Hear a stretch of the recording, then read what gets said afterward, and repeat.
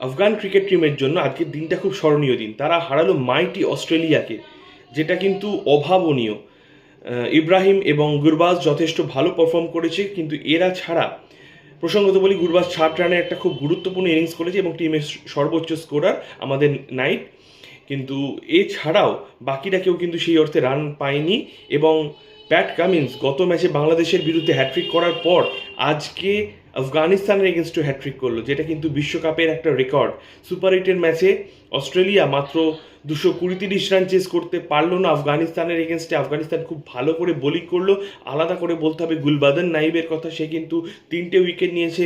রশিদ খান একটি উইকেট পেয়েছেন এবং আফগানিস্তানের যে মেন্টর ব্রাভো, সে কিন্তু একসময় স্লোয়ার বল করতো, সে কিন্তু খুব ভালোভাবে এই টিমের প্রত্যেকটা পেসারকে স্লোয়ার প্র্যাকটিস করিয়েছে। তার ফল কিন্তু শেষ 5-6 ওভার যারা দেখেছে বুঝতে পারবে যেভাবে স্লোয়ার দিয়ে ম্যাচ জিতলো।